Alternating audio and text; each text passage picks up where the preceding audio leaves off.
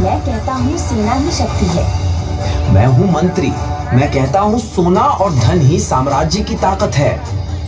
मैं हूँ कन्फ्यूशियस, मैं कहता हूँ ना सेना ना धन, सच्ची शक्ति है शिक्षा, नैतिकता और न्याय।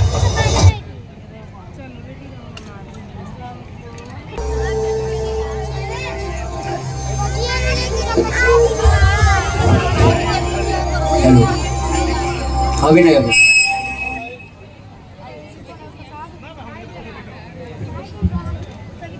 सीमा पर शत्रु आ खड़े हैं। महाराज, हमारी सीमा पर शत्रु आ खड़े हैं। तलवारें और सैनिक हमें सुरक्षित रखेंगे।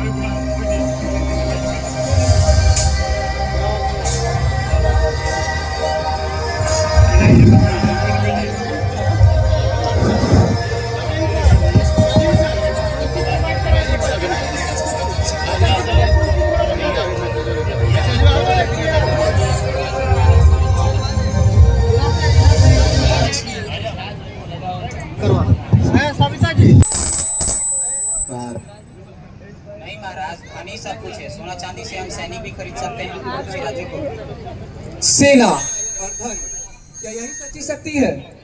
मैंने सुना है हमारे राज्य में एक महान शिक्षक कन्फ्यूशियस जो सच्ची ज्ञान की बातें करता है। पहरेदार महाराज की जय। उन्हें बुलाओ।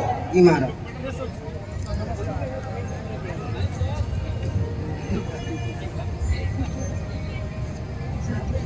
गुरुदेव पधार रहे हैं।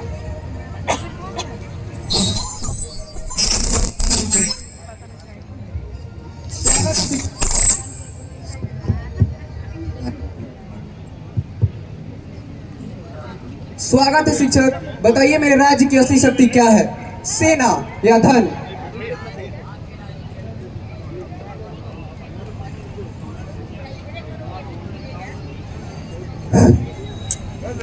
सेना है, ना धन।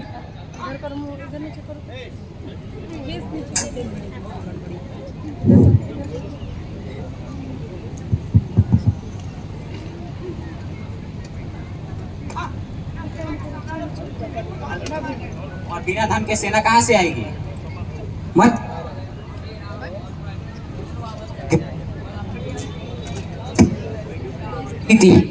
शिक्षा क्या क्या शिक्षा से आक्रमणकारी रुक सकते हैं?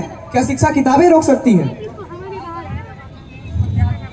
महाराज, तलवारें किताबें नहीं रोक सकती हैं, परंतु शिक्षा ऐसे सैनिक तैयार करती हैं जो अपने सम्मान, धर्म और निष्ठा हेतु युद्ध लड़ते हैं। एक अशिक्षित सैनिक केवल डर और भय के कारण युद्ध लड़ता है, परंतु एक शिक्षित सैनिक अपने राज्य की निष्ठा, प्रतिष्ठा और सम्मान को बचाने हेतु युद्ध लड़ता है। तो तुम कहना चाहते हो कि एक शिक्षित सैनिक 1000 अशिक्षित सैनिक से बड़ा है? हाँ महाराज, एक शिक्षित सैनिक 1000 अशिक्षित सैनिक से बड़ा है, क्योंकि एक अशिक्षित सैनिक धन के लालच में आकर अपने हथियार बेच सकता है, परंतु एक शिक्षित सैनिक ऐसा कभी नहीं करेगा। पर धन भी तो हमारी शक्ति है।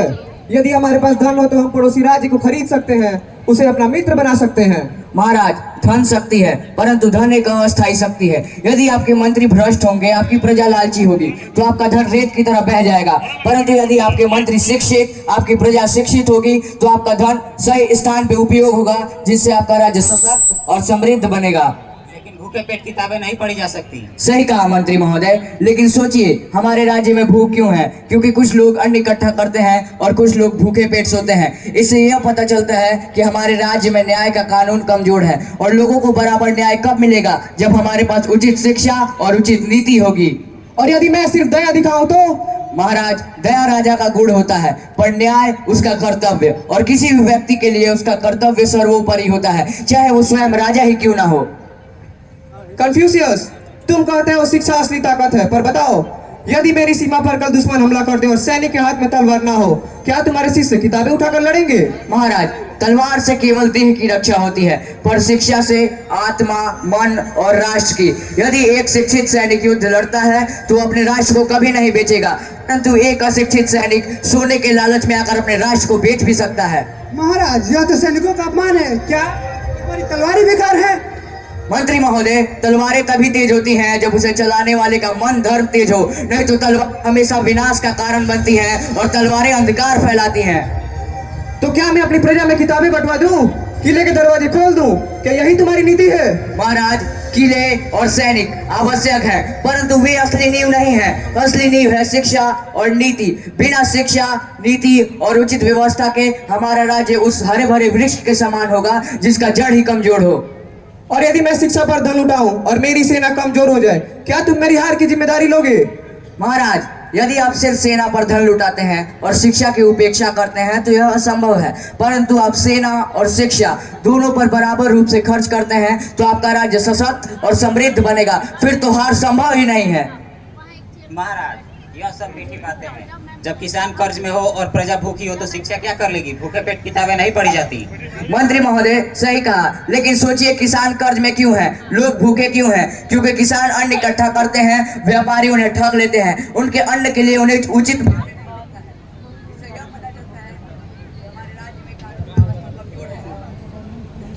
तो आप कहते हैं कि शिक्षा का स्थान राजा से बड़ा है?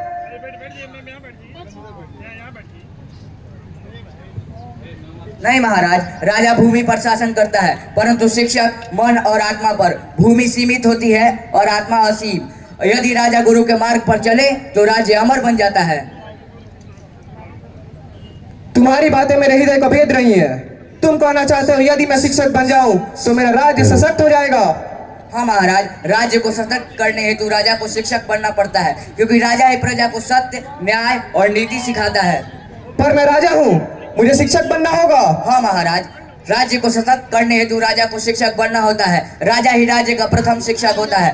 राजा ही प्रजा को सत्य, न्याय और नीति सिखाता है और प्रजा उसका अनुकरण करती है। और यदि राजा प्रजा को लालच सिखाएगा तो प्रजा चोर बन जाएगी।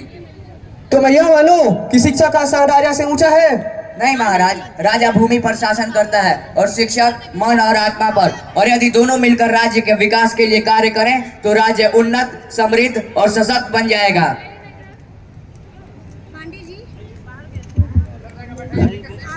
आज मैंने सीखा कि तलवारें राज्य की रक्षा करती हैं, धन राज्य को चलाता है, पर शिक्षक और शिक्षा राज्य को अमर बनाते हैं।